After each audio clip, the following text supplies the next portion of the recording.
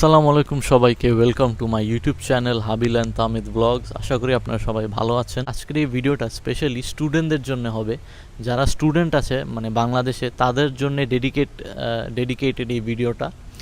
So আজকের এই ভিডিওতে বলবো আমি ইউরোপের বেস্ট শহর বা বেস্ট সিটিজ স্টুডেন্টদের জন্য, যেখানে স্টুডেন্টরা গেলে অনেক সুযোগ সুবিধা পাবে, বা স্টুডেন্টদের জন্য বেস্ট সিটিজ কী কী ইউরোপে।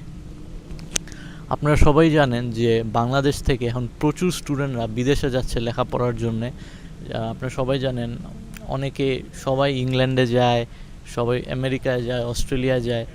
বাট আমি আপনাদের রেকমেন্ড করব যে আপনারা ইউরোপে মুভ করেন, কারণ ইউরোপে যদি আপনারা মুভ করেন ফিউচারে আপনাদের অনেক বেনিফিট এবং অনেক অপরচুনিটিস থাকবে, যেটা আপনারা ওই সব দেশে গেলে পাবেন না। ধরেন আমেরিকা বা ইউকে, ইংল্যান্ড এইসব দেশে গেলে পাবেন না, অস্ট্রেলিয়া এইসব দেশে গেলে পাবেন না। যেসব সুযোগ সুবিধাগুলো আপনারা যদি ইউরোপে আসেন ইউরোপে পাবেন। ফার্স্ট হচ্ছে পর্তুগালের হচ্ছে লিসবন হচ্ছে আপনাদের জন্য বেস্ট সিটি ফর স্টুডেন্টস, এটা আমি মনে করি। কারণ আপনারা সবাই জানেন যে পর্তুগাল ইউরোপের one of the cheapest place to live, মানে থাকার জন্যে স্টুডেন্টদের জন্যে ওয়ান অফ দ্য সস্তা একটা শহর আর সস্তা একটা দেশ, যেটা হচ্ছে পর্তুগালে জিনিসপত্রের দাম খুবই কম। যারা স্টুডেন্ট আছে তারা খুবই অল্প টাকার বাজেটে পর্তুগালে লেখাপড়াটা শেষ করতে পারবে। আর সবচেয়ে বড় বেনিফিট হচ্ছে যেটা পর্তুগালের, যে লেখাপড়া শেষ করার পরে আপনারা কিন্তু পর্তুগালের সিটিজেনশিপের জন্য অ্যাপ্লাই করতে পারবেন। এটা কিন্তু ইংল্যান্ডেও পসিবল না, আমেরিকাতেও পসিবল না, অস্ট্রেলিয়াতেও পসিবল না। আপনারা পর্তুগালে লিগালি যখন 5 বছর লেখাপড়া যখন শেষ করবেন, 5 বছর পরে, এরপরে কিন্তু আপনারা এলিজেবল হয়ে যাবেন to apply for Portuguese citizenship. এটা কিন্তু আপনাদের ফিউচারের জন্য খুবই বড় একটা স্টেপ আপ হবে। কারণ ইউরোপের যদি সিটিজেনশিপ আপনার পেয়ে যান, তখন কিন্তু আপনাদের জন্য অনেক অপরচুনিটিস ওপেন হয়ে যাবে। যারা স্টুডেন্ট আছে তাদেরকে বলছি আমি, আপনাদের অনেক অপরচুনিটিস কিন্তু ওপেন হয়ে যাবে। আপনারা ইউরোপে যে কোনো দেশে জব করতে পারবেন, আপনাদের স্যালারিও অনেক বেশি ইনক্রিজ হয়ে যাবে, আপনারা অনেক বেশি টাকার বেতন পাবেন। যারা ইউরোপিয়ান সিটিজেন তাদের স্যালারি কিন্তু অনেক বেশি যারা সিটিজেন না তাদের থেকে। সো পর্তুগালে লেখাপড়ার সুবিধা এটাই যে আপনার একটা ভালো ওয়ার্ল্ড ক্লাস এডুকেশন সিস্টেমে লেখাপড়া করতে পারবেন, সাথে সাথে আপনারা এই সিটিজেনশিপও পেয়ে যাচ্ছেন। মানে একটা দিয়ে দুইটা কাজ হয়ে যাচ্ছে আপনার। ধরেন আপনারা লেখাপড়ার উদ্দেশ্যে আসলেন, ওই লেখাপড়ার সাথে সাথেই আপনারা ওই সিটিজেনশিপের জন্য এলিজিবল হয়ে যাচ্ছেন। তো 5 বছর থাকার পরে আপনারা এই পর্তুগিজ সিটিজেনশিপ পেয়ে যাচ্ছেন।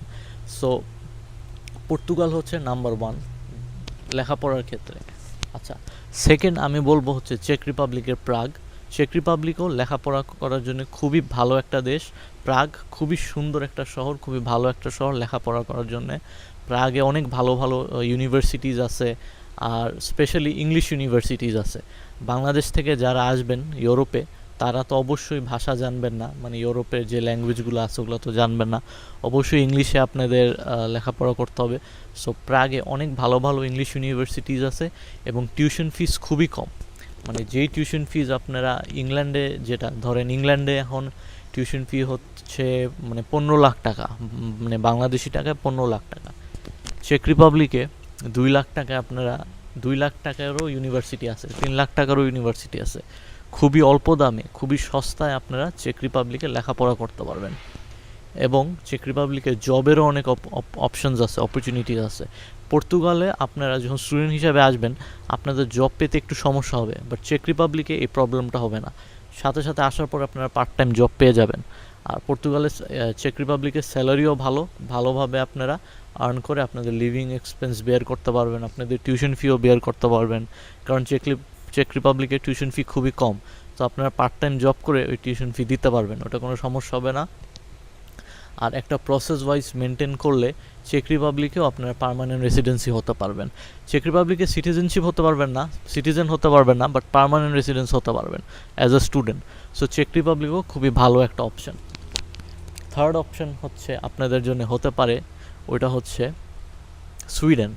সুইডেনও খুবই ভালো একটা দেশ। আপনারা সবাই জানেন সুইডেন লেখাপড়ার জন্য খুবই ভালো, খুবই সুন্দর একটা দেশ সুইডেন।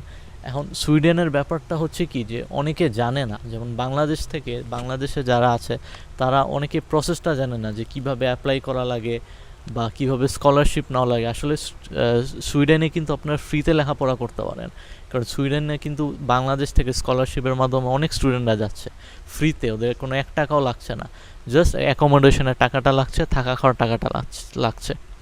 ওটা কিন্তু পার্ট টাইম জব করে ওটা আপনারা ইজিলি বেয়ার করতে পারবেন। টিউশন ফ্রি, 0 কস্ট, একদম ফ্রি। সো আপনারা কিন্তু সুইডেনেও যেতে পারেন লেখাপড়ার জন্য, সুইডেনে যেতে পারেন। এরপরে স্পেন আছে, স্পেনও খুবই সুন্দর লেখাপড়ার জন্য, সস্তার মধ্যে ভালোভাবে আপনারা ভালো একটা ইউনিভার্সিটি থেকে ডিগ্রি নিতে পারবেন। আর স্পেনেও যখন আপনারা আপনাদের এডুকেশন শেষ করবেন, আপনাদের সিরিয়াল ধরেন স্পেনে হচ্ছে 7 বছর লিগালি থাকার পরে স্পেনেও কিন্তু আপনারা সিটিজেনশিপের জন্য অ্যাপ্লাই করতে পারবেন। সো আমি আপনাদের রেকমেন্ড করব যে আপনারা এই আমেরিকা, ইংল্যান্ড, অস্ট্রেলিয়া এইসব দেশে না দেখে আপনারা ইউরোপের দিকে মুভ করেন, কারণ ইউরোপে অনেক ভালো ভালো ইউনিভার্সিটি আছে। সমস্যা হচ্ছে কি যে নলেজের অভাব। ইউরোপে বাংলাদেশি স্টুডেন্টদের নলেজ কম যে ইউরোপে এরকম ইউনিভার্সিটি আছে বা কিভাবে আসতে হয়, কিভাবে অ্যাপ্লাই করতে হয়, এই নলেজ কিন্তু মানে বাংলাদেশি স্টুডেন্টদের নাই। তারা সবাই মানে ছোটোর থেকেই শুনে আসছে যে ইংল্যান্ড, সো সবাই ইংল্যান্ডেই মুভ করতেছে। বাট ইংল্যান্ডে কিন্তু মুভ করাটা একদমই বোকামি। আমিও ইংল্যান্ডে ছিলাম অনেক আগে, সো আমি আমার নিজের এক্সপিরিয়েন্স থেকে বলতেছি যে ইংল্যান্ডে মুভ করাটা আসলে বোকামি। কারণ ইংল্যান্ডে একে তো লিভিং এক্সপেন্স অনেক বেশি, টিউশন ফি অনেক হাই, মানে টিউশন ফি দিতেই আপনাদের টাকা পয়সা সব শেষ হয়ে যাবে, এরকম অবস্থা। মানে পার ইয়ার 15 লাখ টাকা মিনিমাম, সাথে তো আরও থাকা খাওয়ার খরচ আছেই। মানে সব মিলায় পার ইয়ার আপনাদের 20 থেকে 25 লাখ টাকা খরচ হবে জাস্ট 1 বছরের জন্য। সো চিন্তা করেন 3 বছর 4 বছর আপনারা কীভাবে থাকবেন। সো ইংল্যান্ডে যাওয়া একদমই বোকামি। সো এই কারণেই আমি ইংল্যান্ড থেকে পর্তুগালে মুভ করছি। সো আমি যারা বলছি যে আপনারা যারা বাংলাদেশ থেকে যাবেন তারা আপনারা ইউরোপের দিকে ট্রাই করেন। ইউরোপে অনেক সুযোগ সুবিধা আছে, আপনাদের ফিউচারের জন্য অনেক ভালো হবে এবং আপনাদের এডুকেশনটাও একটা ভালো একটা স্ট্যান্ডার্ড এডুকেশন আপনারা পাবেন। সো যাই হোক, এই ভিডিওটা আমি বেশি লম্বা করব না। এই ভিডিওতে আমি জাস্ট আপনাদের একটা বেসিক আইডিয়া দিয়েছি যে ইউরোপের কোন কোন দেশে গেলে আপনারা ভালোভাবে এডুকেশন শেষ করতে পারবেন এবং ফিউচারে আপনারা সিটিজেনশিপের জন্য অ্যাপ্লাই করতে পারবেন। নাম্বার 1 হচ্ছে ইউরোপের পর্তুগাল, সেকেন্ড হচ্ছে চেক রিপাবলিক, থার্ড হচ্ছে সুইডেন, এরপরে স্পেন আছে, ফ্রান্স আছে, ইটালি আছে। ইউরোপের সব দেশে ভালো সুযোগ সুবিধা আছে।